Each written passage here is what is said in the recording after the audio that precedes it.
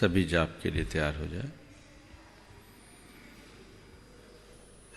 ओम सम्यक दर्शनाय नमः। ओम सम्यक दर्शनाय नमः। ओम सम्यक ज्ञानाय नमः। ओम सम्यक ज्ञानाय नमः। ओम सम्यक चारित्राय नमः। ओम सम्यक चारित्राय नमः। ओम ह्रीं जगच्छान्तिकराय श्री शांतिनाथाय नमः। सर्वपद शांतिं कुरु कुरु स्वाहा। ओम ह्रीं जगच्छान्तिकराय श्री शांतिनाथाय नमः। सर्वभद्र शांतिं कुरु कुरु स्वाहा। ओम ह्रीं जगच्छान्तिकराय श्री शांतिनाथाय नमः। सर्वपद शांतिं कुरु कुरु स्वाहा। ओम ह्रीं जगच्छान्तिकराय श्री शांतिनाथाय नमः। सर्वभद्र शांतिं कुरु कुरु स्वाहा। ओम ह्रीं जगच्छान्तिकराय श्री शांतिनाथाय नमः। सर्वपद शांतिं कुरु कुरु स्वाहा। ओम ह्रीं जगच्छान्तिकराय श्री शांतिनाथाय नमः। सर्वभद्र शांतिं कुरु कुरु स्वाहा। ओम ह्रीं जगच्छान्तिकराय श्री शांतिनाथाय नमः। सर्वपद शांतिं कुरु कुरु स्वाहा। ओम ह्रीं जगच्छान्तिकराय श्री शांतिनाथाय नमः। सर्वभद्र शांतिं कुरु कुरु स्वाहा। ओम ह्रीं जगच्छान्तिकराय श्री शांतिनाथाय नमः। सर्वपद शांतिं कुरु कुरु स्वाहा। ओम ह्रीं जगच्छान्तिकराय श्री शांतिनाथाय नमः। सर्वभद्र शांतिं कुरु कुरु स्वाहा। ओम ह्रीं जगच्छान्तिकराय श्री शांतिनाथाय नमः। सर्वपद शांतिं कुरु कुरु स्वाहा। ओम ह्रीं जगच्छान्तिकराय श्री शांतिनाथाय नमः। सर्वभद्र शांतिं कुरु कुरु स्वाहा। ओम ह्रीं जगच्छान्तिकराय श्री शांतिनाथाय शांतिं कुरु कुरु स्वाहा। ओम ह्रीं जगच्छान्तिकराय श्री शांतिनाथाय नमः।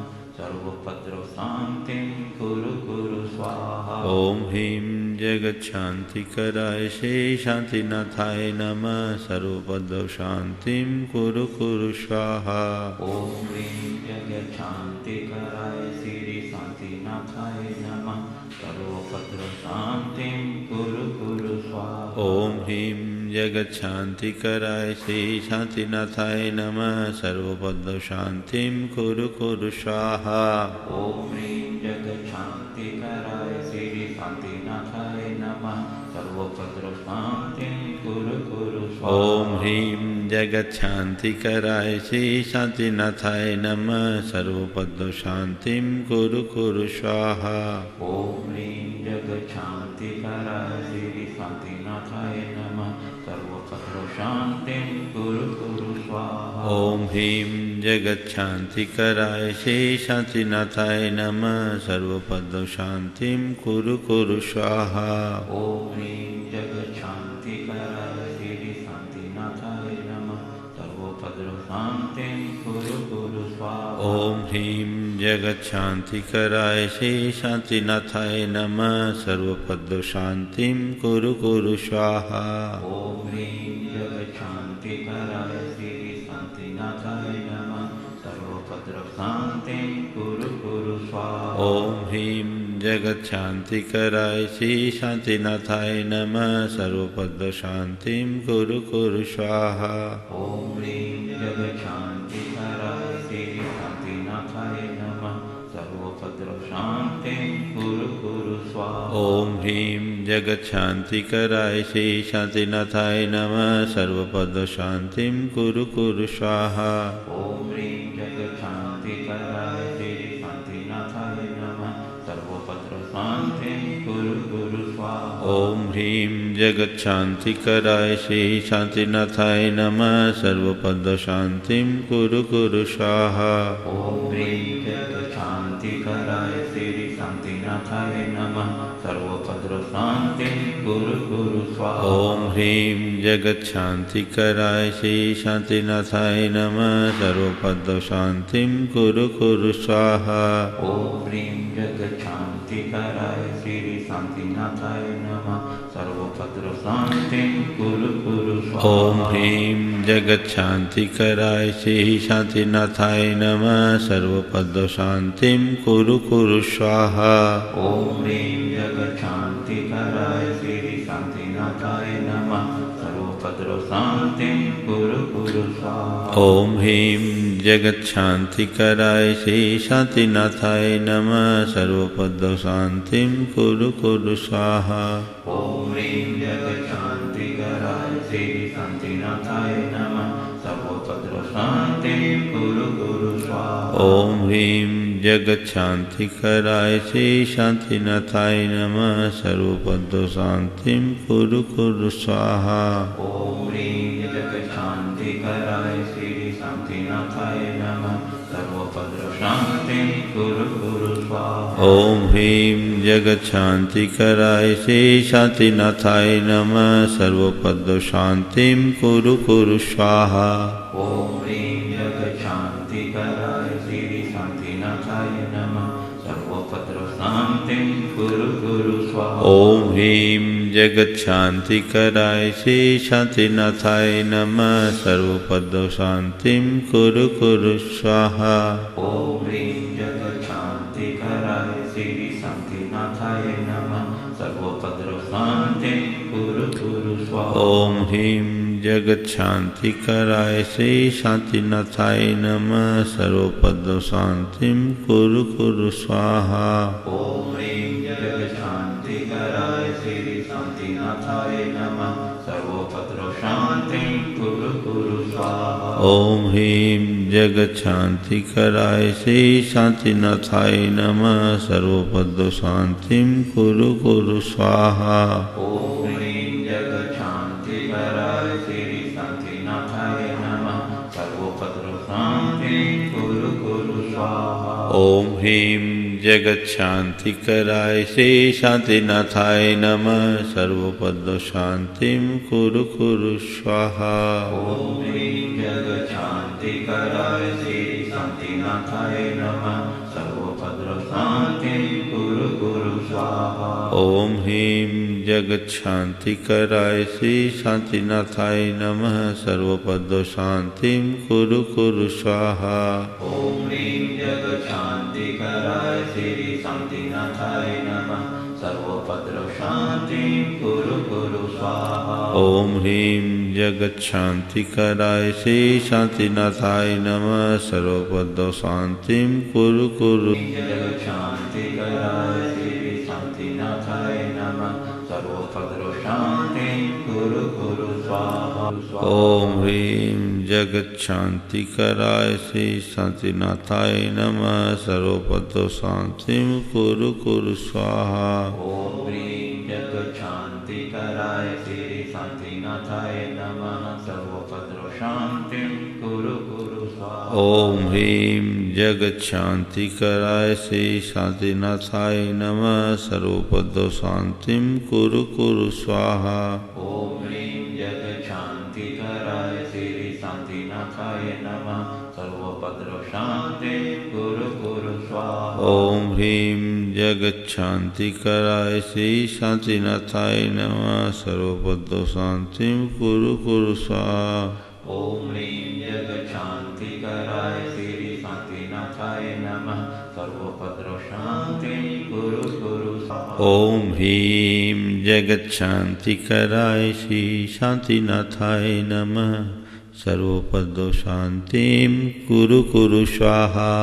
ओम ह्रीं जगत शांति कराय श्री शांतिनाथाय नमः सर्वपद शांतिं कुरु कुरु स्वाहा। ओम ह्रीं जगत शांति कराय श्री शांतिनाथाय नमः सर्वपद शांतिं कुरु कुरु स्वाहा। ओम ह्रीं जगत शांति कराय श्री शांतिनाथाय नमः सर्वपद शांतिं कुरु कुरु स्वाहा। ओम ह्रीं जगत शांति कराय श्री शांतिनाथाय नमः सर्वपदशान्तिं कुरु कुरु स्वाहा। ॐ ह्रीं जगच्छान्तिकराय श्री शान्तिनाथाय नमः। सर्वोपद्रवशान्तिं कुरु कुरु स्वाहा। ॐ ह्रीं जगच्छान्तिकराय श्री शान्तिनाथाय नमः। सर्वपदशान्तिं कुरु कुरु स्वाहा। ॐ ह्रीं जगच्छान्तिकराय श्री शान्तिनाथाय नमः। सर्वोपद्रवशान्तिं कुरु कुरु स्वाहा। ॐ ह्रीं जगच्छान्तिकराय श्री शान्तिनाथाय नमः। सर्वपदशान्तिं कुरु कुरु स्वाहा। सम्यक् दर्शनाय नमः। सम्यक् ज्ञानाय नमः। सम्यक् चारित्राय नमः। जय बोलो शांतिनाथ भगवान की। सभी लोग हाथ जोड़ ले।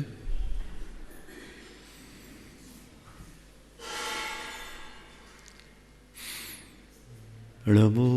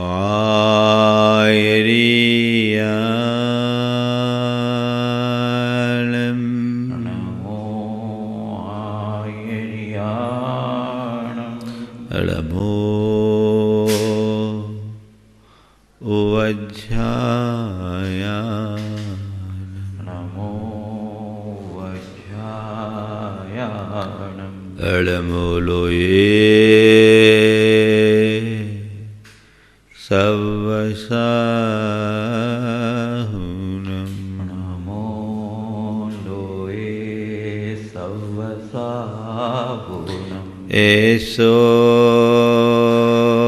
पंचनमयारो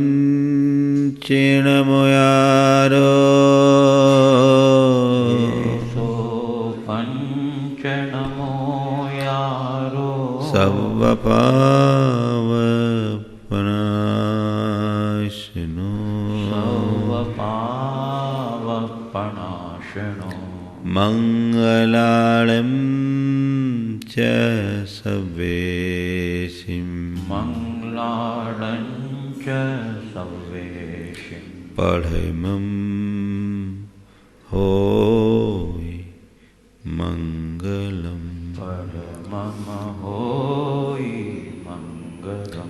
जय बोलो देवादिदेव 1008 श्री भगवान महावीर स्वामी की जय जय जय।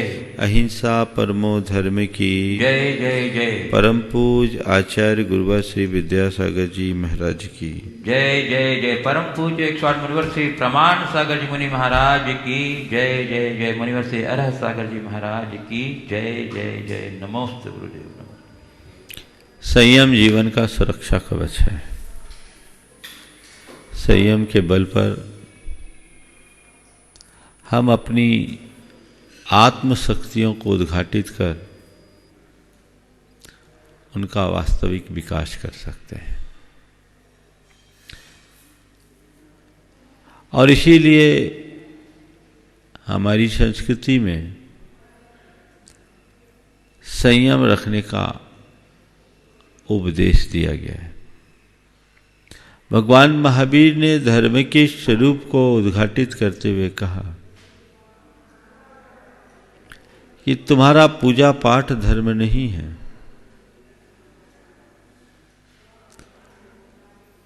तुम्हारा जाप पाठ धर्म नहीं है, तुम्हारा व्रत उपवास धर्म नहीं है, तुम्हारा दान पुण्य धर्म नहीं है। ये तो धर्म के बाहरी रूप है। असली धर्म अहिंसा, संयम और तप है। अगर तुम्हारे जीवन में संयम है तब तुम धर्मी कहलाने के अधिकारी हो, और जीवन संयम विहीन है तो ऊपर के धर्मी हो, यथार्थ धर्मी कहलाने के अधिकारी नहीं। संयम हमारे धर्मी होने का प्रमाण है।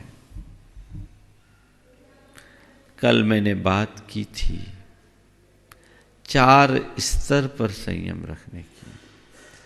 मन के स्तर पर संयम, वचन के स्तर पर संयम, व्यवहार में संयम और भोजन में संयम। मन पर संयम रखने की 4 बातें कल आपसे की।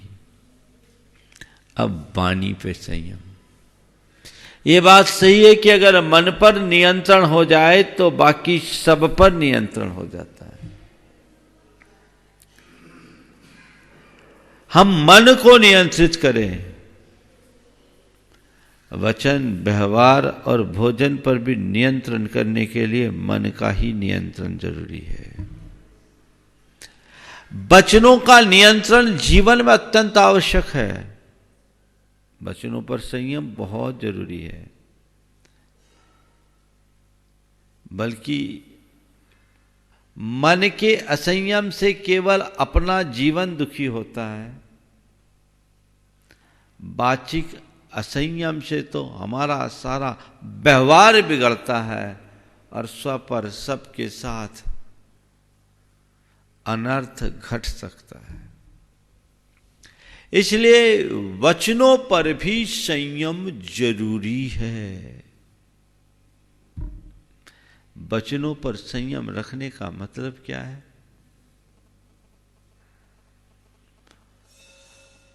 बोलने से पहले तौलना। हम सब बड़े भाग्यशाली हैं कि हमारे पास वाचिक शक्ति है, वाक शक्ति है,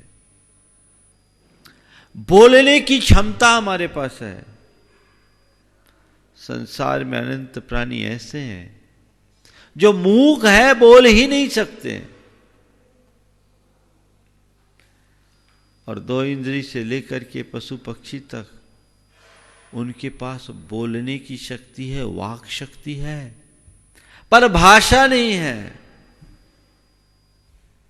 एक मनुष्य ही ऐसा प्राणी है इस धरती पर जिसके पास न केवल बोलने की शक्ति है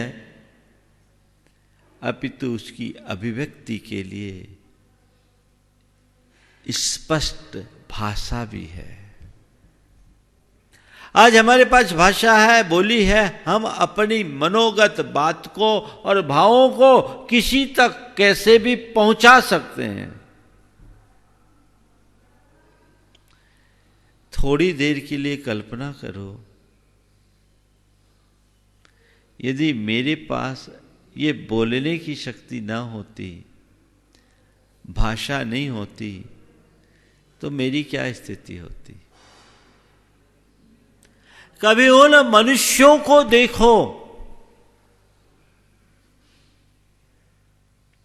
जिनकी वाणी कुंठित है, जो बोलने में असमर्थ हैं, और समझ लो बोलने का क्या महत्व है, बोली कितनी मूल्यवान है। आपको अपने वचनों का मोल प्रतीत होता है? अनुभव यह बताता है कि मनुष्य को जो भी चीजें मूल्यवान दिखती है वो उसे संभाल कर रखता है, उसके हिफाजत के लिए सतत प्रयत्नशील रहता है। ये अनुभव है या नहीं? सभी का अनुभव है। तुम्हारा धन, तुम्हारी संपदा, तुम्हारे हीरे मोती जवाहरात रतन, ये तुम्हें मूल्यवान दिखते हैं, तुम उनकी हिफाजत करते हो। जो चीज़ें जितनी मूल्यवान दिखती है उनकी हिफाजत का प्रयत्न भी उतना ही होता है। कभी अपनी बोली का मूल्यांकन किया?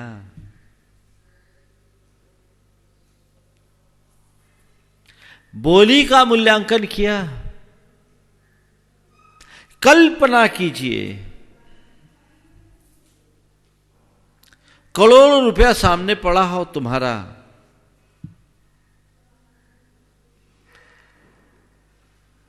प्रगाढ़ प्यास लगी हो,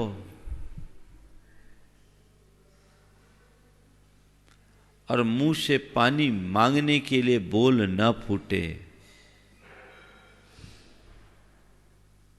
उस समय जवान अवरुद्ध हो जाए, बोल न पाओ,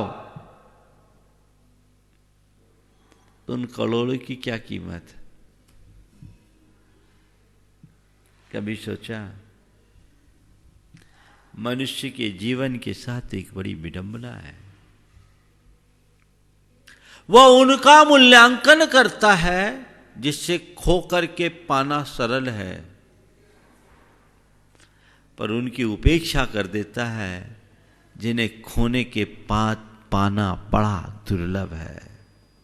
बल्कि यूं कहूं, जिन्हें बहुत दुर्लभता से पाया है और एक बार खोने के बाद पुनः सुलभ नहीं है।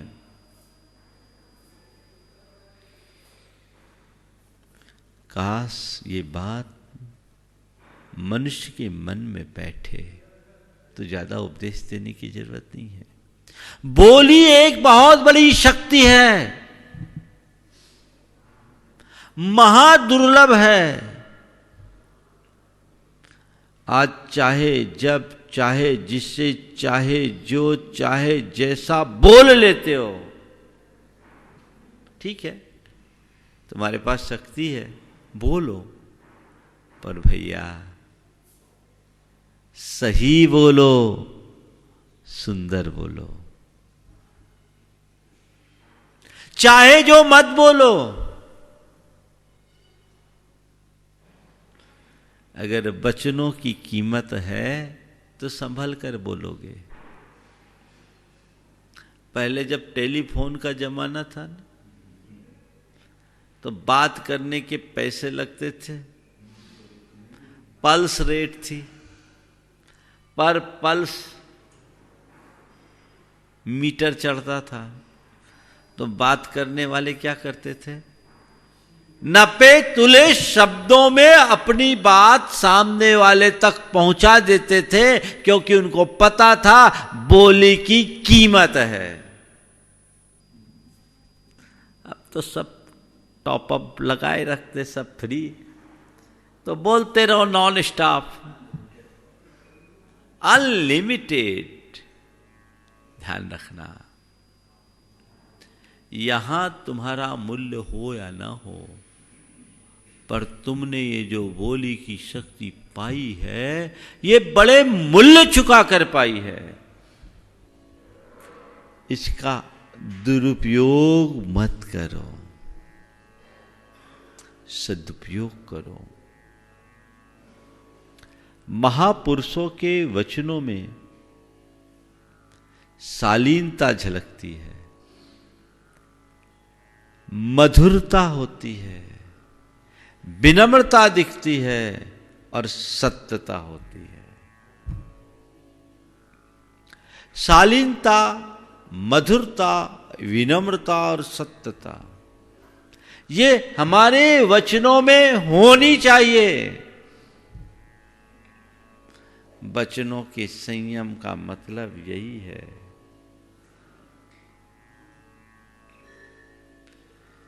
कहीं पानी बहे और कहीं गंदगी बहे। नल का पानी बह रहा हो, आपको कोई तकलीफ होती है? नहीं ना भाई, नल का पानी है, कोई दिक्कत नहीं। और कहीं नाली का पानी बहे तो अरे ये तो गंदगी है, हर कोई उससे बचकर चलता है। तो भैया मुंह से क्या बहा रहे हो, नल का पानी है या नाली का, ये भी देखो। अगर साफ स्वच्छ है तो नल का पानी है, सबकी प्यास बुझा देगा, और अगर उसमें गंदगी है तो नाली का पानी है, सबको सब तरफ बदबू फैलाएगा। संत कहते हैं प्यास बुझाने वाले शब्दों का प्रयोग करो, बदबू फैलाने वाले वचनों से बचो। वचनों पर संयम, आज बात मुझे उसकी करनी है। अपने वचनों पर संयम हम कैसे लाएं, 4 बातें। बाकी तो वचनों की चर्चाएं तो बहुत कुछ की जा सकती है, लेकिन आज आपको कुछ सूत्र दे रहा हूं जिससे आप अपने वचनों पर संयम ला सकते हैं। पहला, अपने वचनों के प्रहरी बनिए। वचनों के प्रहरी बनने का मतलब, देखिए कि मेरे मुंह से कौन से शब्द निकल रहे हैं, वाच करना सीखिए।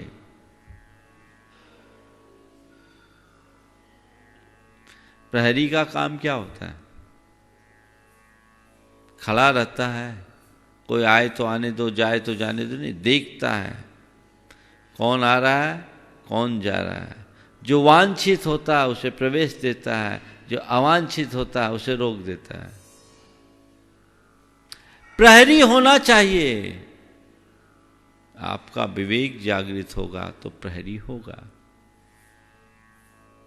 आज आप अपने मुंह से कुछ भी बोलते हैं तो चाहे जो बोल देते हैं, या मैं भी अभी बोल रहा हूं तो बोलते समय मेरे मुख में अनेक शब्द आते हैं, लेकिन उन शब्दों को मैं संपादित करके बोलता हूं। क्या शब्द मुझे प्रयोग में लेना है, कौन सा शब्द नहीं लेना है, ये एडिटिंग अंदर ही अंदर चलते रहती है। और तब छनी हुई चीज आपके पास आती है, आपको अच्छा लगता है, और मैं ऐसी अंट संट बकते रहूं तो पसंद आएगा। अरे महाराज क्या बोल रहे, पता नहीं आज उनको क्या हो गया, रोज तो बहुत अच्छा बोलते, आज क्या होगा। अरे पूरे वक्तव्य की बात तो जाने दीजिए, एक वाक्य भी अनर्गल निकल गया तो वो चुप जाएगा। इसलिए बोलते समय मुझे सतर्क रहना पड़ता है, सावधान रहना पड़ता है। रहना पड़ता क्या है, मैं रहता हूं, और रहता क्या हूं वो मेरा स्वभाव बन गया है, क्योंकि वो मेरी साधना है। मेरे अंदर ऐसी जागरूकता है, मेरे भीतर ऐसी समझ है कि मुझे अपशब्दों का प्रयोग नहीं करना है, मुझे मधुर वचनों का ही प्रयोग करना है, मुझे हितकाली शब्दों का ही प्रयोग करना है। ये बात मेरे मन मस्तिष्क में अंकित हो गई और मैं उसका प्रहरी बनाऊं। आपसे भी मैं कहता हूं, अपने वचनों के प्रहरी बनिए। महाराज प्रहरी कैसे बने, हमको तो होश ही नहीं रहता। जब बोल देते हैं उसके बाद अफसोस होता, अरे बेकार बोल दिए। होता है, क्या बताएं, उस समय तो संयम नहीं रहा, कुछ भी बोल दिए। होता है, ये संस्कार है, तो क्या करें। अगर ऐसा कुछ हो, बोलना नहीं चाह रहे थे पर बोल दिया, बोलने में आ गया, तो उसका पश्चाताप करिए। कैसे करिए? अपनी निंदा से, अपनी गरहा से। मैंने गलत बोला, मुझे नहीं बोलना चाहिए, आइंदा मैं इसकी पुनरावृत्ति नहीं करूंगा। ये दूसरा चरण है। मैंने गलत बोला, मुझे नहीं बोलना चाहिए, आगे मैं ऐसा नहीं करूंगा। मन ही मन संकल्प लीजिए। पहले तो प्रहरी बनिए, रोकिए, न रुके, बोलने में आ जाए तो अपनी निंदा गढ़ा कीजिए। यह भी एकांत में ही बात हो रही है कि नहीं, मैंने गलत बोला, मुझे ऐसा नहीं बोलना चाहिए, अब मैं इसकी पुनरावृत्ति नहीं करूंगा, इसका मुझे खेद है, अंदर ये फील आना चाहिए। और तीसरे चरण में अपने वचनों को सुधारना चाहते हो तो जिसके प्रति आपने खोटे वचन बोले हैं, चाहे वो बड़ा हो या छोटा, उससे हाथ जोड़कर माफी मांग लो। भैया गुस्सा में हमने बोल दिया, गुस्सा में हमने बोल दिया, हमें बोलना नहीं चाहिए था, माफ करना, माफ करना, आगे मैं ध्यान रखूंगा, मेरी आदत ऐसी हो गई है, मैं क्या करूं, माफ करना। ये तीसरे चरण में आपने अगर किसी से बोला और एक बार उससे माफी मांगा तो दोबारा जब कभी वो व्यक्ति सामने खड़ा होगा, बोलते समय आपको आपकी माफी वाला चेहरा दिखेगा और ये चेहरा आपको संयत कर लेगा। और चौथे स्तर पर बड़ा अनुभूत प्रयोग है। जितनी बार आप अनर्गल बोलो उतनी बार मंदिर में 10 रुपये का पेनाल्टी डालो। अब अभी तो मंदिर बंद है, उतनी बार 10 रुपये निकालो और लॉकडाउन से पीड़ित लोगों को दो। जितनी बार मैं स्लिप हुआ आप कीजिए, कर सकते हैं। मैंने कई लोगों को कराया, आदतें बदल गई। एक सज्जन की आदत थी अपशब्द बोलने की, और अपशब्द क्या, वो उनका तकिया कलाम जैसा बन गया था। चाहे जब बोलते, एक बार मेरे सामने भी उस व्यक्ति के मुंह से निकल गया, मैंने उसे समझाया, बोले भाई सबके सामने उसने बोला, बातचीत में निकल गया, लोगों को बड़ा बुरा लगा, मैंने लोगों को तो शांत किया, बाद में सबके चले जाने के बाद उसे रोक कर अकेले में बोला, हम बोला तुम जैसे समाज के अग्रिम पंक्ति में बैठने वाले व्यक्ति, गुरुओं से जुड़े हुए व्यक्ति के मुख से इस तरह के घटिया शब्द अच्छे नहीं लगते। उसकी आंखों में आंसू आ गया। बोला महाराज मैं क्या करूं, मैं चाहता नहीं हूं पर मेरी आदत बन गई है, ऐसा निकल जाता है, मैं क्या करूं। उसे मैंने कहा एक काम करो, आज से नियम लो, जितनी बार अपशब्द निकले 10 रुपये की पेनाल्टी दो। 1 सप्ताह तक करो, 10 रुपये की पेनाल्टी दो, 1 सप्ताह तक करो। और उसके साथ उनकी धर्मपत्नी प्रायः साथ ही रहती थी। हम बोले जब इनको तो खुद होश रहता नहीं है, तुम जब जब होश इनको याद दिलाओ, देखो आपने अपशब्द बोला, टोक देना आपने अपशब्द बोला, और जितनी बार बोले आप अपशब्द बोलना। पहले दिन उस व्यक्ति ने 22 बार पेनाल्टी दी। बोला तो ज्यादा होगा, 22 बार पकड़ में आया, 22 बार की पेनाल्टी दी। और सप्ताह भर बाद मैंने मिलने की बात उससे की थी। बोले महाराज पहले दिन 22 बार तक किया था, कल महाराज 7 बार पर आ गया हूँ, इतना सुधार हुआ।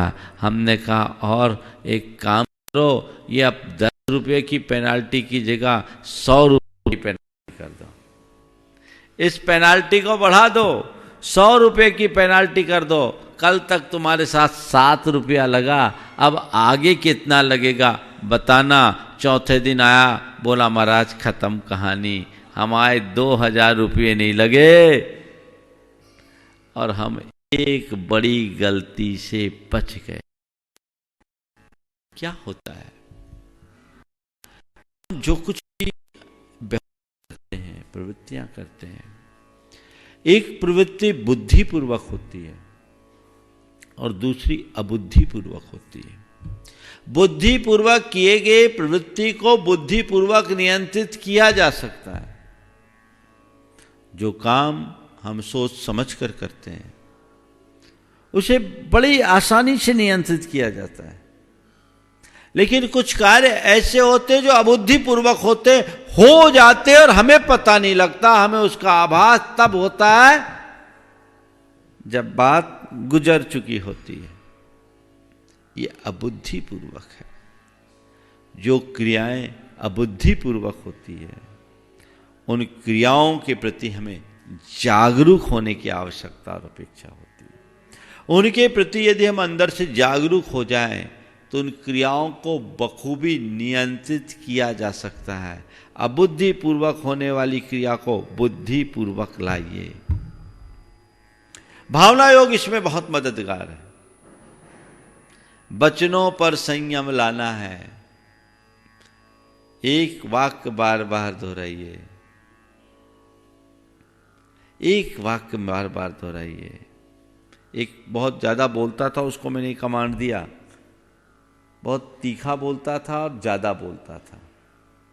मैंने उसे बोला एक इसे बार बार दोहराओ, कम बोलो, धीमा बोलो, मीठा बोलो।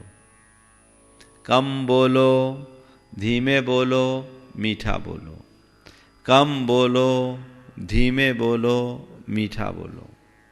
आप सुनकर के आश्चर्य करेंगे, इस कमांड का उस पर चमत्कारिक असर पड़ा। बार बार बोलने की आदत नियंत्रित हुई, तीखा बोलने की प्रवृत्ति संभल गई, धीमे बोलने लगा, मीठा बोलने लगा। आप अपने मन में ये फीड कीजिए कि मुझे मधुरता रखनी है, मुझे मीठा बोलना है, मुझे मधुरता रखनी है, मुझे मीठा बोलना है, मुझे मधुरता रखनी है, मुझे मीठा बोलना है। ये संस्कार आपके सबकॉन्शियस माइंड में जब बैठ जाएंगे तो जब भी बोलने का मौका आएगा आपका अंतर्मन आपको अपने आप नियंत्रित कर लेगा और आप वैसी स्थिति से अपने आप को बचाने में समर्थ हो जाओगे। तो वैसा बचाव हमारा होना चाहिए, वैसा प्रयास हमको करना चाहिए कि नहीं, मुझे अपने वचनों पर नियंत्रण रखना है। एक बात बताऊं, जैसे हम हिंसा अहिंसा की बात करते हैं ना, मैंने पहले दिन भी कहा था कि शारीरिक हिंसा से तो लोग बच जाते हैं, वाचिक और मानसिक हिंसा से बहुत कम लोग बच पाते हैं। आपके मुख से निकलने वाले गाली गलौज, आपके मुख से निकलने वाले घृणा और विद्वेषपरक शब्द, आपके मुख से निकलने वाले कठोर कर्कश शब्द, आपके मुख से निकलने वाले मर्मघाती वचन, ये सब हिंसा परक वचन हैं। जिन वचनों से औरों को संताप पहुंचे वह एक प्रकार की वाचिक हिंसा की अभिव्यक्ति है। यहां संयम चाहिए और संयम के लिए आपको सजग होना होगा, संकल्पित होना होगा, सक्रिय रहना होगा और अपने संयम के प्रति समर्पित होना होगा। अरे ये सब तो चलता है।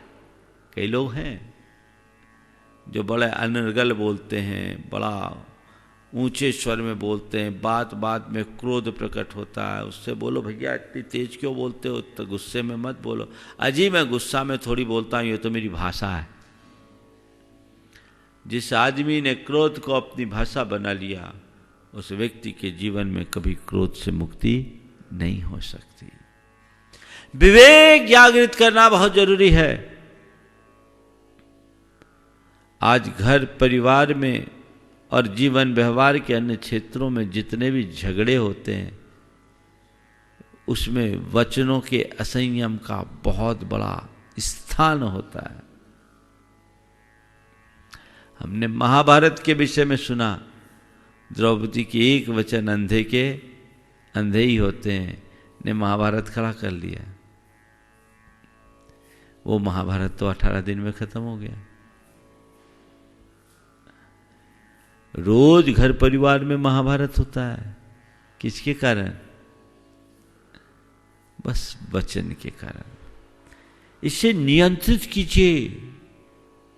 कहते हैं जिह्वा भी में अमृत बसे, विष भी तिसके पास, एक बोले तो लाख ले, एक ते लाख विनाश। वाणी ऐसा वशीकरण है जो लाखों को एक सूत्र में पिरो दे। तो वाणी में ऐसा विस्फोट भी है कि लाखों को एक दूसरे का शत्रु बना दे, एक दूसरे का शत्रु बना दे। तो जब हमारे पास ऐसी शक्ति है, सामर्थ्य है, तो हम उसका सदुपयोग क्यों ना करें, दुरुपयोग क्यों करें? वचनों में लोच होना चाहिए, लचीलापन होना चाहिए, तीखापन नहीं होना चाहिए। एक बार ऐसा हुआ,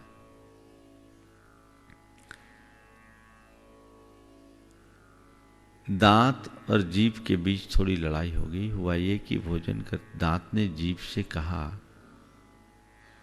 कि ये ठीक बात नहीं है, मेहनत मैं करता हूं, मजा तुम लेती हो, रस तुम लेती हो। सारी मेहनत मैं करता हूं, रस तुम लेती हो। जीभ ने अपने स्वरों को तीखा करते हुए व्यंग्यात्मक लहजे में कहा, ज्यादा पटर पटर मत कर, चौकीदारी का काम है, चौकीदार बन के रह, दरवाजे के भीतर आने की कोशिश मत करना। जीभ सुना तो तिल मिला गया, अच्छा तू मेरे को ऐसा बोलती है, देखता अभी। जीभ ने बोला क्या कर लेगा? तो बस चबाते चबाते जीभ, दांत ने जीभ को भींच लिया, जीभ तिल मिला गई। मुझसे पंगा लेता अभी मजा चखाती हूं, मुझसे पंगा लेता अभी मजा चखाते हूं। दांत ने बोला क्या कर लो? बोले अभी बताती हूं। गई और एक पहलवान को 5-7 गालियां एक साथ में दे दी, एक सांस में दे डाली। एक पहलवान को 5-7 गालियां एक सांस में दे डाली। पहलवान को ताव आया, उसने एक घुसा मुंह में जड़ा, बत्तीसी बाहर आ गई। एक घुसा खींच के दिया, बत्तीसी बाहर आ गई। जीभ ने दांत को कहा देख लिया ना। इसलिए रहीम ने बहुत अच्छी बात कही, रहीमन जिब्बा बाबरी, कह गई सर्ग पताल, आप तो कब भीतर गई, जूती खात कपाल। ये खेल है इसका। यहां बचाव अपेक्षित है। ऐसा बचाव सबके अंदर हो, हमें कोशिश करनी चाहिए। वचनों से व्यक्ति की पहचान होती है। कल एक बच्चे ने मुझसे कहा, महाराज जी रामचंद्र जी युद्ध के मैदान में भी कितनी मधुरता से बोलते हैं, कितनी शालीनता से बोलते हैं। आप लोग रामायण देख रहे हो ना, कुछ सीख रहे हो? रावण जैसे दर्प और दंभपूर्ण वचन, या राम जैसे विनम्रता युक्त मर्यादित वचन, कौन से वचन पसंद है? पसंद तो सबको राम है, लेकिन काम सबका रावण का है। कैसे काम होगा? सीखने की बातें हैं ये चीज। जितने भी महान व्यक्ति हैं उनके वचनों में मिठास होगी, माधुर्य होगा, मर्यादा होगी, प्रेम होगा। रोष के क्षणों में भी अगर तुम्हारे वचनों में मधुरता झरे तो वह रोष भी लोगों के तोष का कारण बन जाता है। होना ये चाहिए। पर ऐसा वही कर पाते हैं जिनके अंदर संयम हो। तो ऐसा संयम सबके जीवन में उद्घाटित हो, ये प्रयास करना चाहिए। और रोष को नियंत्रित करना चाहिए। तो ये वचनों का संयम हमारा धर्म है, इसे हम ना भूलें पर क्या बताएं, कई लोग तो धर्मस्थलों में भी वचनों का संयम प्रकट कर देते हैं। मैंने कई जगह देखा, शांति धारा करने के पीछे अशांति कर रहे हैं। एक स्थान पर मैं था, लोगों ने निवेदन किया कि महाराज जी मंदिर में शांति धारा के लिए आप चले, आपके मुखारबिंद से हो जाए तो बहुत अच्छा होगा। पहला दिन था, मैंने भी कहा चलो भाई चलते हैं। गया तो हर मंदिर के 2-4 मठाधीश होते हैं। एक महानुभाव जो परमानेंट थे, उनको आने में 1-8 मिनट का विलंब हो गया। दूसरे व्यक्ति ने झाड़ी उठा ली, तब तक वो महाशय आ गए। उन महाशय का और मेरा पहुंचने में 1 मिनट का अंतराल था। मेरे पहुंचने के पहले महाशय पहुंचे थे, और दूसरे ने जो झाड़ी हाथ में लिया उसके ऊपर इतने आग बबूला कि एक पल को मैं भी भौचक्क रह गया कि ये आदमी कौन है। मंदिर में इतना गरम, मंदिर में इतना गरम, नॉन स्टॉप चालू। मैं पहुंचा, उसको पता नहीं था कि महाराज पहुंच गए। पीछे था, चल रहा था। मैंने पूछा कौन है ये? बोला महाराज इसकी यही आदत है। साथ के युवकों ने बोला महाराज इसकी यही आदत है, ये ऐसा ही करते हैं। मैंने कहा हे भगवान, जिस आदमी का मंदिर में ये हाल है उसका घर में क्या होता होगा। जिसका मंदिर में ये हाल है उसका घर में क्या होता होगा। तो कहा नहीं महाराज, घर में तो भींगी बिल्ली होते हैं क्योंकि इनकी घरवाली इनसे 21 है। क्या हाल है, मंदिर में भी अशांति। जब व्यक्ति के अंदर संयम नहीं होता, असंयम रहता है, तो स्थान और स्थिति दोनों को वो भूल जाता है।